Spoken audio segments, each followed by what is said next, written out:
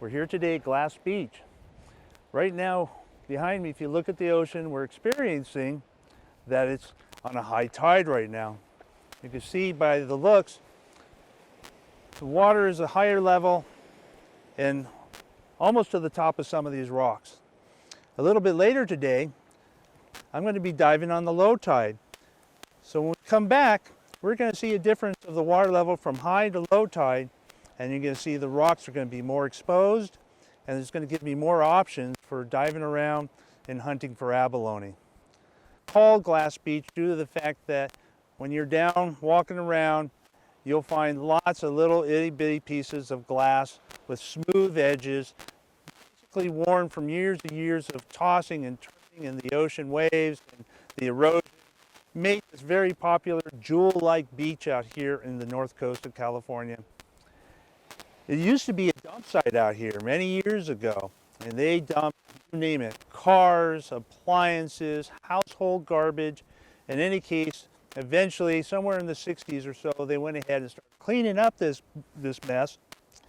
But what was left behind were all the bottles and all the glass.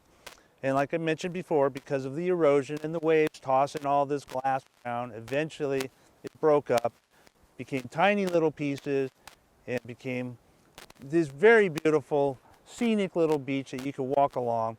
You could dig your hands in the sand and just come up with a beautiful handful of worn, soft, smooth edges of glass. Really nice. Very popular on our north coast. A lot of visitors are here today, especially, just to come out and see the glass. Because of the high tide here, you can see some glass, not a lot. We're going to come back a little bit later, and we're going to, when the water recedes back on the lower tide, and we'll see a lot more glass out there. So as with every dive we happen upon, it's always really pertinent to check out what the facilities are. And here, you can see behind me, we've got a great big bathroom, restroom, plenty of room inside for dressing, putting your wetsuit on, and undressing if you need so. Beautiful walkway, paved walkway that goes all the way down to the beach. You can see the parking. The newer parking here actually puts us a little bit closer to the dive site than what it used to be here. So the walks are a little bit less now. Really nice and convenient. Plenty of parking, as you can see, unless it's a minus tide. But there still is parking out in the streets and around the surrounding area if they find it full here. Trash cans, please don't leave trash behind. We really appreciate showing up at the dive site nice and clean. The city appreciates it too. But in any case, no emergency phones here. So if there is an emergency, keep in mind, might want to keep your cell phone handy, or the closest emergency phone would be down the road over to either the restaurant called Denny's or the lumberyard called Rossi's. Two different places, okay? One other feature when you are here, there's not just the diving that's available. There's a lot of fun for the whole family and even the puppy dogs. Plenty of trails to explore. There's the coastal trail that goes down quite a ways. Bring the kids, bring the family, enjoy the day. Again, while you're diving, the family could be down at the beach, exploring around in the tide pools, picking glass. But although the city does ask, try to leave the glass if you can. I mean, it has been picked over the years and we're getting less and less. And we would still like for our future to come here and see that there are some beautiful jewels left on the beach. Another nice feature of this place is they've got a nice water supply for us to drink so we can be hydrated.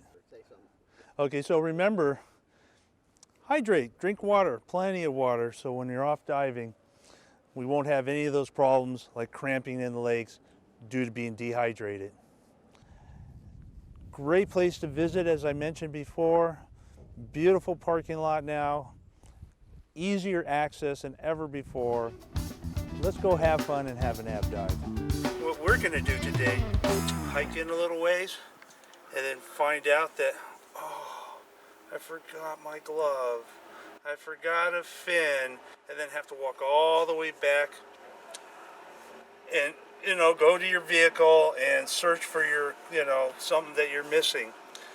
So pre-checks, I always do a check the night before the dive, kind of tuck it away in my inner tube, be sure everything's together.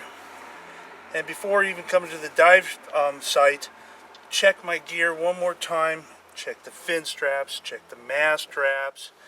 If there's some problem, we can go ahead, make plans, get to the dive shop, repair whatever needs to be done, and then head to the dive site.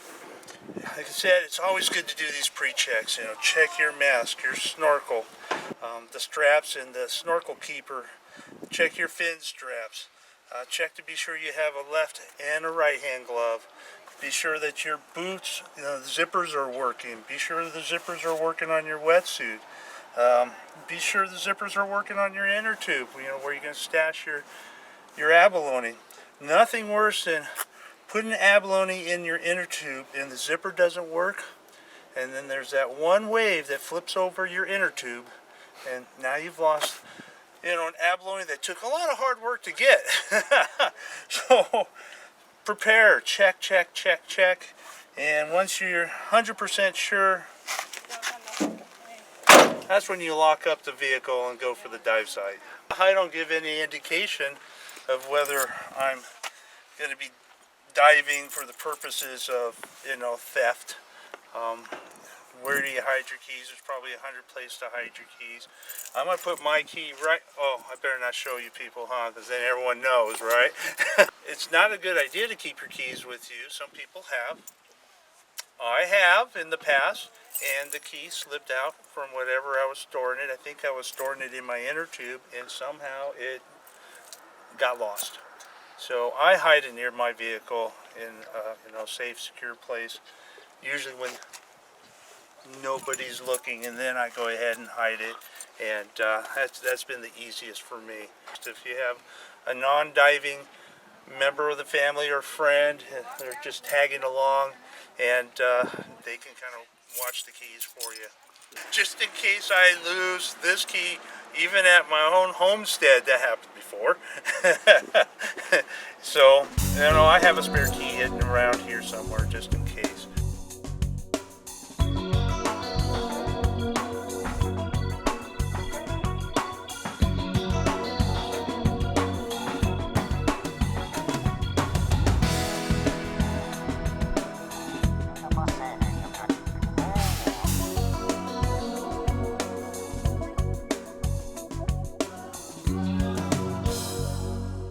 Go ahead and put it on like the way you had it on.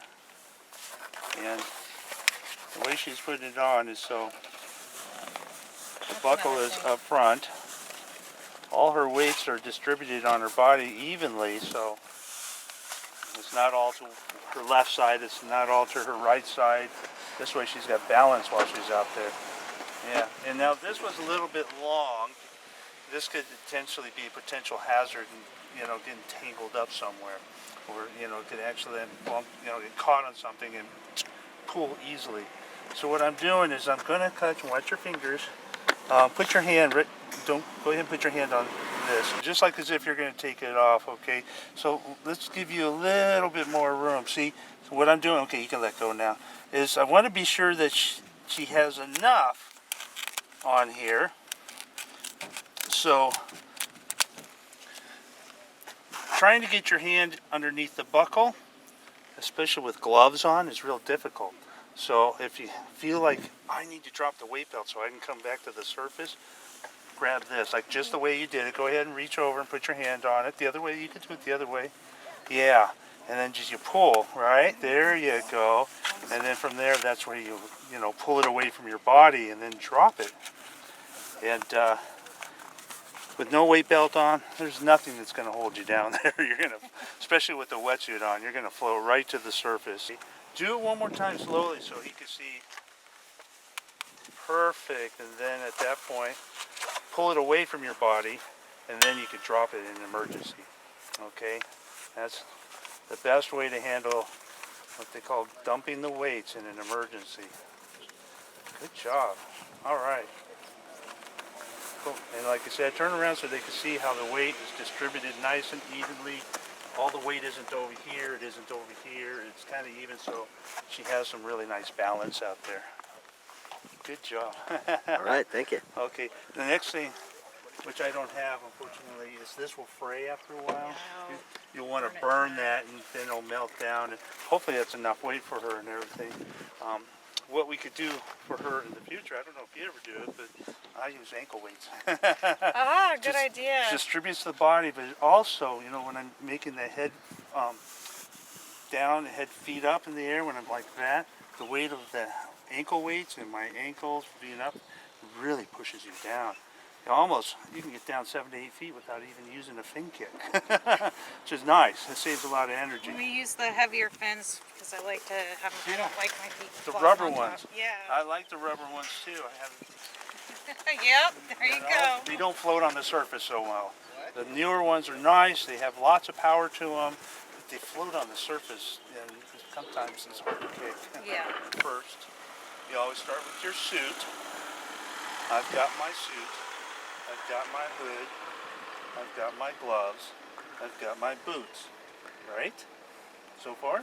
Yeah. I've got my mask and snorkel, I've got my fins, I've got my ab bar and my ab gauge, and my ab tube. The only thing that's left is abalone. There you go. Let's go get some abalone. There's going to be some abalone chowder that's still going to be for sale, and be just go by and say hello, check it out. Down there and that, you know, you'll enter down there. Yes. What's this thing? You'll find It's our tube. That's where we put the abalone in. It's our all the gear that we don't wear, next hood or Yeah. mask, Is it all the snorkel, same or time tag. So you put your snort always the mask first on and weekend or the second weekend of April. fins and all Yeah. that? And Abalone cook-off. No you have tanks kind for of a knife or abalone. Okay. something? We have an abalone iron. Let me show it to you real quick. Yeah, from end to end. And then Oh this my is the God. abalone iron. But see, there's no edge on it. No. It No has sharp to be, edges. Oh, can All I take rounded a picture edges. of this? You want to put it on your hand just so Yeah. Put it we'll against show you're right-handed. The black, yeah. A little celebrity today, Oh, huh? thank you. Thank you. Thank you very Wow. much. Since I was 5. Oh, wow. And you've You're gotten an a lot of expert abalone. now. Yeah? No, I got my first one last year. And Jenny has been diving since she was 7. Yep. It's a family tradition. Good. All Looks right. like it's the new So well. is there a limit? How many? 3 per person. 3 per person. Per day or Per day, per person, and in possession. We better let you get going so you can get down there and get some. Good luck. Good luck. That island in those camels there Yes. looks nice in there.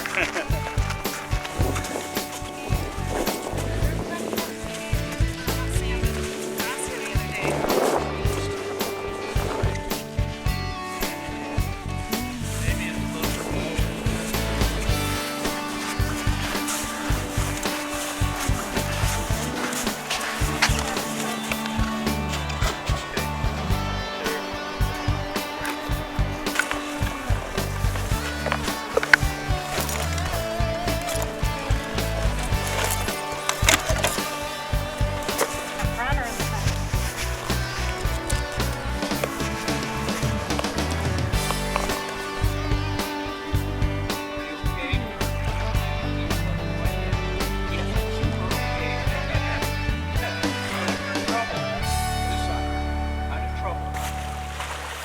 Perfect form. If you notice, they walk backwards. Best way to enter the ocean. Sometimes walking sideways works too. This way I can keep an eye with them. That'll try to be out of the ocean.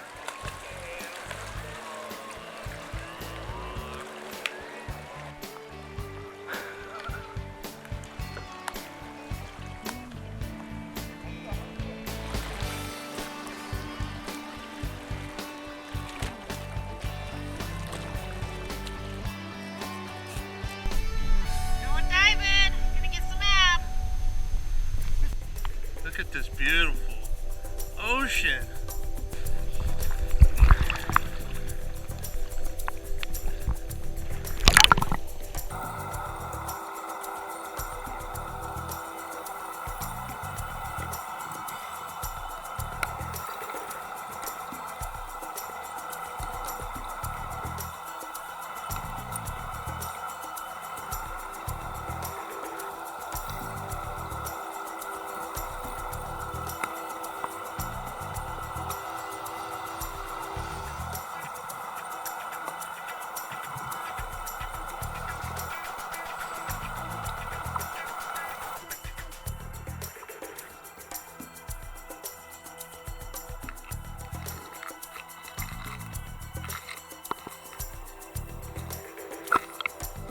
Where's Krita? Tell her there's a bunch over here. Rita, come this way. There's a whole bunch over here. Easy pickings.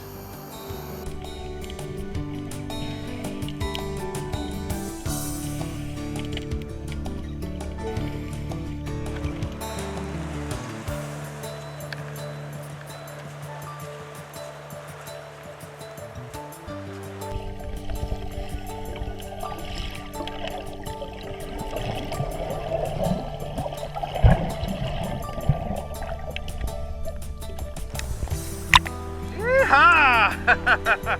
Good job. Measure it just to be sure.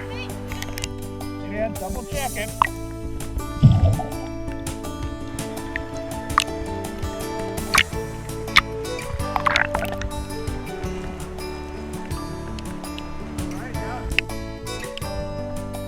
Eagle? All right. There's the second one, the shallow one. The big one.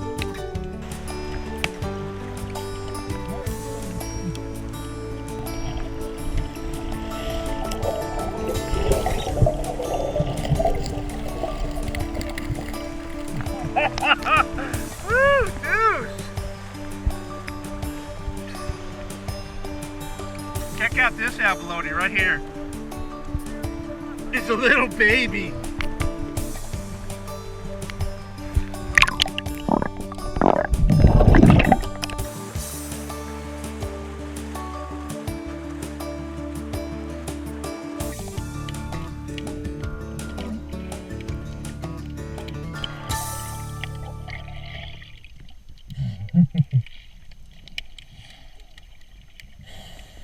Pretty lucky, 3 of them in one spot.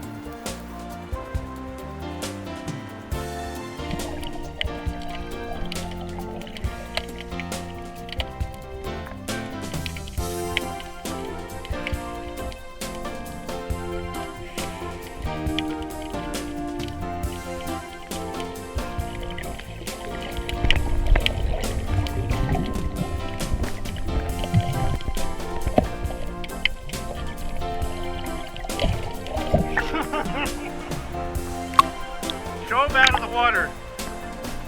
Ah, 2 at once.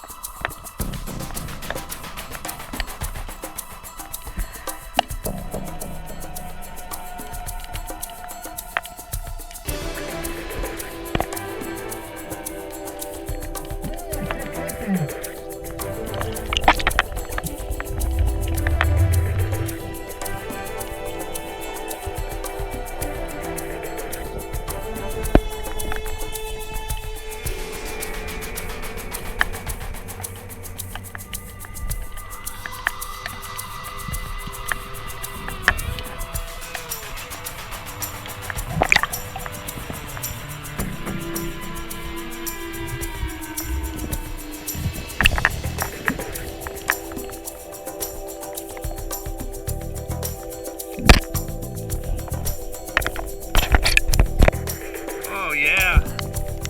Exceptional. Clear. Calm. And the water is warm. Look at this. I'm not even cold. Usually my hands are so numb I can't even use it.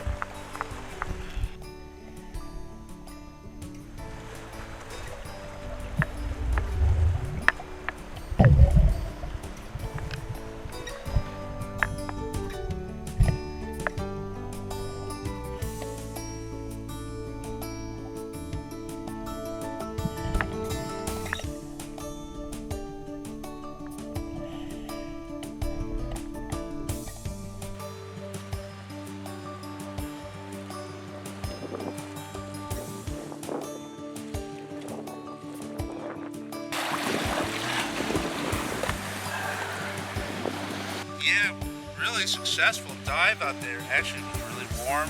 Visibility was, what would you say, 15 feet? Yeah. 10 to 15 feet, pretty easily. Murky in some areas, but all in all, pretty clear. Rita here was the first three that, all three of them we picked right in this one area. It must have been just like a 3-foot square area. She picked three of them easily. Jenny got her first one, and then her second one was a double. Two of them stacked on one on top of each other. Oh, were those two right there? Yeah, they were just stacked one on top of each other. So you had a good experience? You got 3 abs? Excellent. Nice, decent ones too, fatties. The whole thing is, excuse me, killing it. If you don't kill it, they out of the water. In other words, they'll sit alive for. They could stay alive for up to 24 hours easily. Even in a refrigerator, cool refrigerator, they will stay alive for a long time.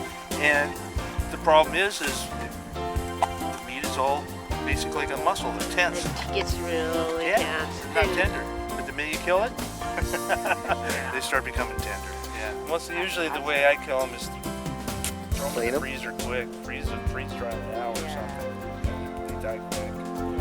You can't take them out of the shell. That's right. Now you gotta keep them whole. But if you're gonna go ahead and cook it right now, generally what I do to kill them is what she was talking about. You beat the heck out of it.